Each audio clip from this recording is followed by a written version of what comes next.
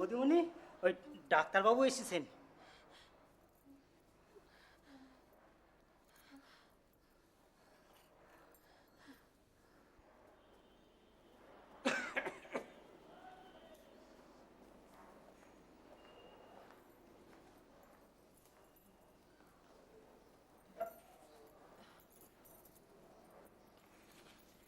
আপনার কি কষ্ট হচ্ছে বলুন তো?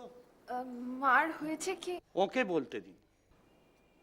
কি আর হবে, মানুষকে কি আপনারা মরতেও দেবেন না? আপনার ওষুধ খেলে কি আমি চিরজীবন অমর হয়ে থাকবো? অমর না করতে পারি, কষ্ট তো লাঘব করার চেষ্টা করব। কষ্টের ভালো চিকিৎসা ছিল, যখন বিধবারা পুড়ে মরত। আর এখন এখন তো আপনারা দগ্ধে দগ্ধে মারেন। ডাক্তারবাবু, আপনি চলে যান। আমাকে আমাকে আর বিরক্ত করবেন না, যান। আমি একটু একলা থাকতে চাই। একবার নাড়িটা দেখি তো। আহ, আপনাকে আমি আগেই বলেছি না,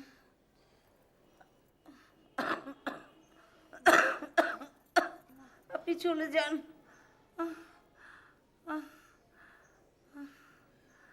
আমার নাড়ি বেশ আছে, এ নাড়ি সহজে ছেড়ে যাবে এমন ভরসা করা যায় না। একবার এদিকে এসো তো মা।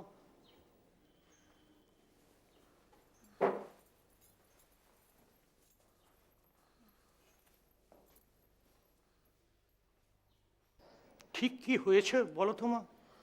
উনি এত উতলা হয়ে পড়েছেন কেন? আমার স্বামী হঠাৎই বায়ু পরিবর্তনের জন্য পশ্চিমে চলে গেছেন। অথচ অথচ তখনও আমার শাশুড়ির শরীরটা খারাপ ছিল, তাই হয়তো মনে কষ্ট পেয়েছে। বুঝেছি, ছেলের প্রতি অভিমান, তাই এত দুর্বল হয়ে পড়েছে। ঠিক আছে, আমি দেখছি।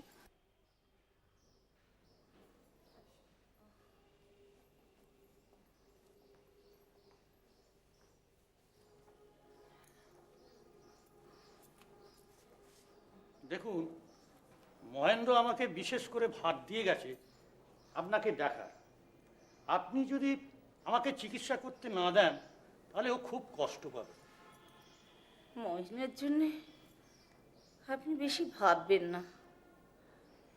সংসারে সকলকে কষ্ট সহ্য করতে হয়, এই কষ্ট তাকে বেশি কাতর করবে না। আপনি এখন যান, আমাকে আমাকে একটু ঘুমোতে দিন।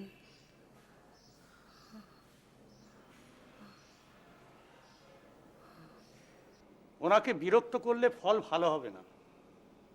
আমি বরং ওষুধ লিখে দিচ্ছি, আজকে এক ডাক করে রাত্রিরে দুবার দেবেন, আর কাল বিকেলে এসে আমি একবার দেখে যাব। আমি তাহলে এখন চলি।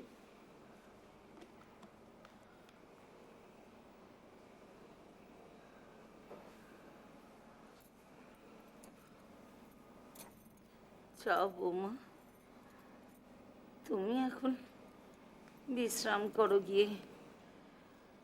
রাত দিন আমার কাছে পড়ে আছো, তোমার কি নাওয়া খাওয়াও নেই বাছা?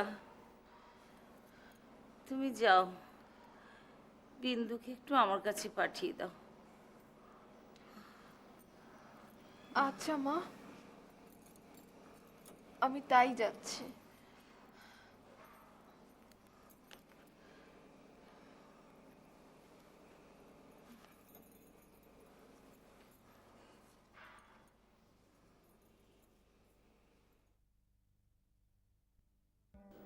শ্রীচরণ কমলেশ। মাসিমা, তুমি ছাড়া আজ আমার আর কেহই নাই। একবার আসিয়া তোমার ক্রোড়ে এই জনম দুঃখিনীকে টানিয়া লও, নইলে নইলে আমি কেমন করিয়া বাঁচিব?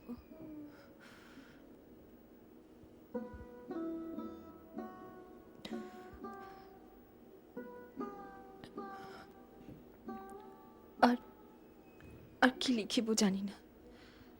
তোমার চরণে আমার শত সহস্র প্রণাম। তোমার তোমার স্নেহের চুনি।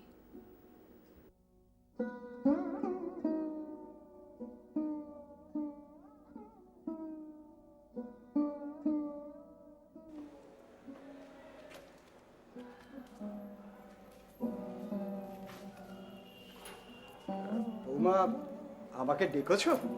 হ্যাঁ নায়ক কাকা, এই চিঠিটাতে ঠিকানা লিখে কাশিতে আজই মাসিমার কাছে পাঠিয়ে দেবেন।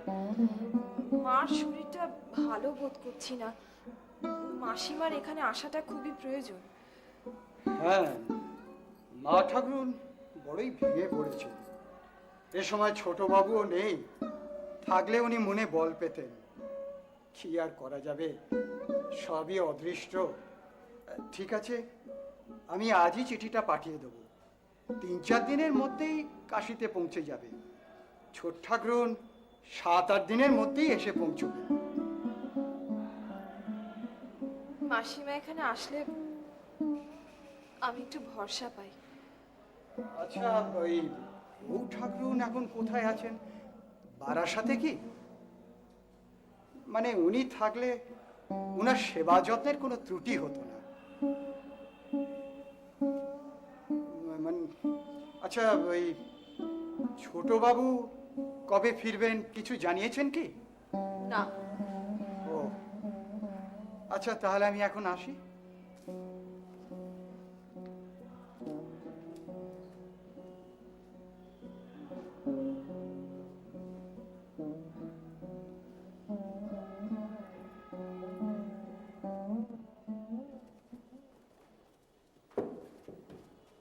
ও, এই বুঝি গোপাল? হ্যামা, হ্যামা জননী, আমি গোপাল, আপনাদের শ্রীচরণের দাসানুদাস। গোপাল, হ্যাঁ। তুমি দিদির জিনিসপত্রগুলো নিয়ে উপরে রেখে এসো। আচ্ছা, ঠিক আছে, ঠিক আছে। চুনি কোথায়? ও ঠাকুর ঘরে আছে। ও, তাহলে আমি বরঞ্চ দিদির ঘর থেকে ঘুরে তারপর আমার ঘরে যাব। আচ্ছা দিদি, আমি তাহলে এখন আসি। আসো। গোপাল, হ্যামা, দিদির শরীরের অবস্থা এখন কেমন বাবা? না মা জননী, মা ঠাকুরিনের শরীরটা ভালো নয়।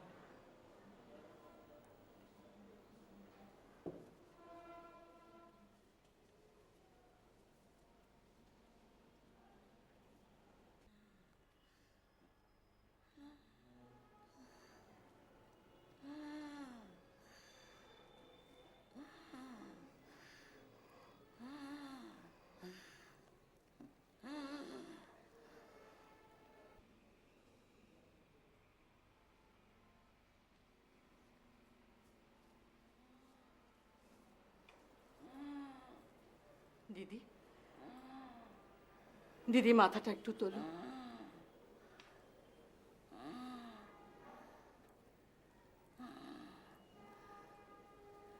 কে রে, মেজ বউ এলি? আয়, বস। এতদিন পরে বুঝি আমার কথা তোর মনে পড়লো? তোমার কথা কি আমি ভুলতে পারি দিদি? মহিনের যখন জন্ম হয়নি তখন থেকে দুই যা আমরা এই সব সংসারের সুখ দুঃখের অংশীদার হয়েছি। সংসারের সব কাজ তুমি নিজের হাতে আমার শিখিয়েছ। তোমায় কি আমি ভুলতে পারি? তোর মনে আছে মেজে বউ? সেই আগে আগে বেনারস থেকে আমাদের দুই জায়ের জন্যে বেনারসি আসতো। আমি নিজে হাতে তোকে কাপড় পরিয়ে দিয়ে তারপর নিজে কাপড় পরতাম। তুই তো ভালো করে কাপড়টাও পরতে পারতিস না? কি করে পারবো বলো? 9 বছর বয়সে বিয়ে হয়ে এই বাড়িতে এসেছিলাম। তখন তো আমি ভালো করে কাপড়ই পরতে পারতাম না। তারপর 13 বছর বয়সে বিধবা হলুম। তারপর থেকে তো তুমিই আমার সব ছিলে দিদি। তারপর তো উনিও চলে গেলেন। সেই থেকে পুজো, পালা পার্বণ, মৃত্যু, শোক সব আমরা দু জায়ে ভাগ করে নিয়েছি। কিন্তু মেজ, আজ আমার যে কষ্ট, তা যে আমি আর সইতে পারছি না। দিদি, শরীর থাকলেই রোগ হবে। এত ভেঙে পড়লে চলবে কেন বলো? না মেজ, শরীরের কষ্ট সে আমি ঢের সইতে পারি। মেজ, একদিন তোর ছেলে হয়নি বলে তোকে আমি কত অভিশাপ দিয়েছি, খোঁটা দিয়েছি, কিন্তু আমার সেদিন বড় অহংকার ছিল। আমার ছেলে আমাকে ভীষণ ভালোবাসে। সত্যি তো দিদি, তোমার ছেলে মহিন সত্যি তো তোমাকে খুবই ভালোবাসে। না মেজ, আজ তার কাছে সবচেয়ে আপন হয়েছে ওই মায়াবিনী বিনোদিনী, যাকে আমি একদিন গ্রাম থেকে তুলে এনে আমার কাছে আশ্রয় দিয়ে রেখেছিলাম। সত্যি তো। মহিন কোথায়? সে কি এ বাড়িতে থাকে না দিদি? আর বিনোদিনী বা কোথায়?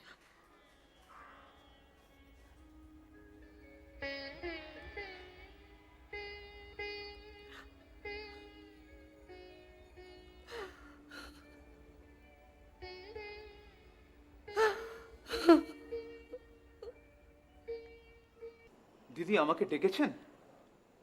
হ্যাঁ, আসলে আসলে আমি আশালতাকে কিছুই জিজ্ঞেস করতে পারছি না। এত বড় একটা আঘাত শুয়েও যে কি করে এ বাড়িতে আছে, আমি খালি তাই ভাবছি। আপনি এ বাড়ির একজন, আপনি আমাকে সবকিছু খুলে বলুন। মহিন পটলডাঙ্গা একটা বাসা বাড়ি ভাড়া করে বিনোদিনীকে সেখানে কিছুদিন রেখেছিল, আর তখন থেকে দিদির শরীর খারাপ হয়। এত কিছু এ বাড়িতে ঘটে গেছে, আমি এর কিছুই জানতে পারিনি। মহিন কি এ বাড়ি ছেড়ে পটলডাঙ্গার বাড়িতে একেবারেই চলে গেছে? না না, ও ও এ বাড়িতেই রাতে থাকতো, ওখানে কোনোদিন রাতে কাটায়নি। কিন্তু সম্প্রতি জানতে পারলাম যে মহিন বিনোদিনীকে নিয়ে পশ্চিমে হাওয়া খেতে গেছে। দিদির এত বড় বাড়াবাড়ি অসুখের খবর শুনেও ও চলে গেল। পুরুষ মানুষের মতিভ্রম হলে এমনই হয়, তখন ভালো মন্দ বাজ বিচার করার কোনো ক্ষমতাই তার থাকে না। আর বিহারি, তার কি খবর? বিহারি অনেকদিন এ বাড়িতে আসেনি, তার কোনো খবর আমার জানা নেই। আপনি কালই বিহারিকে একটা খবর পাঠাবেন। আমি নিশ্চয়ই জানি দিদির এত বড় অসুখের কথা শুনলে বিহারি কিছুতেই না এসে থাকতে পারবে না। আর আপনি নবীন ডাক্তারকে একবার আমার সঙ্গে দেখা করতে বলবেন। দিদির অসুখের সবকিছু আমি নিজে জানতে চাই। বিহারির কাজের লোক কেষ্ট আমাকে বলল যে বিহারি বালিতে একটা জায়গা কিনেছে, ওখানে একটা আশ্রম বানাতে গেছে। তাহলে তাহলে আপনি বালির ঠিকানাটা আমায় এনে দেবেন।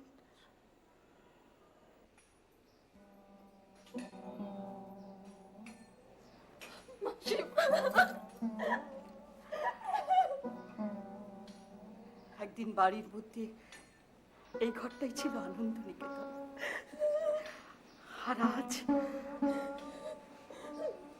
চুনি, সংসারের দুঃখ কষ্টে যে শিক্ষা লাভ হয় শুধু কানে শুনে তা হয় না মা। একদিন তোর মতন বয়সে তোর মাসি ওই সংসারের সঙ্গে দেনা পাওনার সম্পর্ক পাতিয়ে ফেলেছিল। তখন তোর মতন আমিও মনে করতাম সংসারে যা সেবা করব তার ভালোবাসা পাবো না কেন।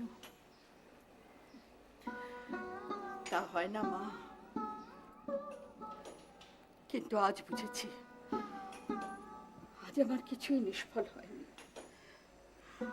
চুনি, সংসারে আসল দেনা পাওনার সম্পর্ক যার সঙ্গে, যিনি এই সংসারের মহাজন, শুধু তারই কর্মবলে সংসার কর্ম করবি মা।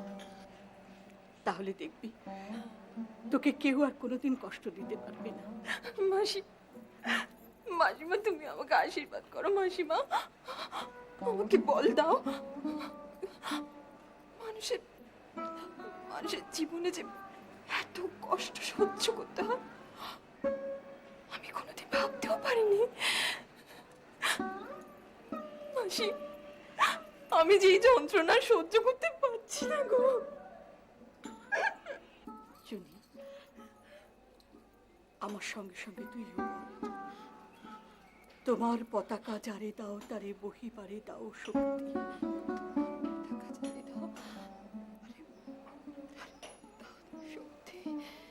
তোমার সেবার মহান দুঃখ সহিবারে দাও ভক্তি।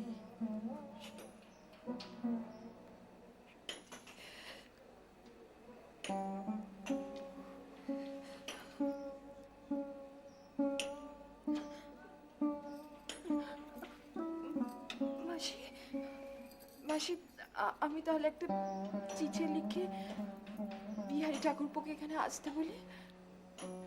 না, তাকে চিঠি দিতে হবে না। তাহলে তাকে খবর পাঠাবো কি করে? আমি কাল নিজেই যাব বিহারীর সঙ্গে দেখা করতে।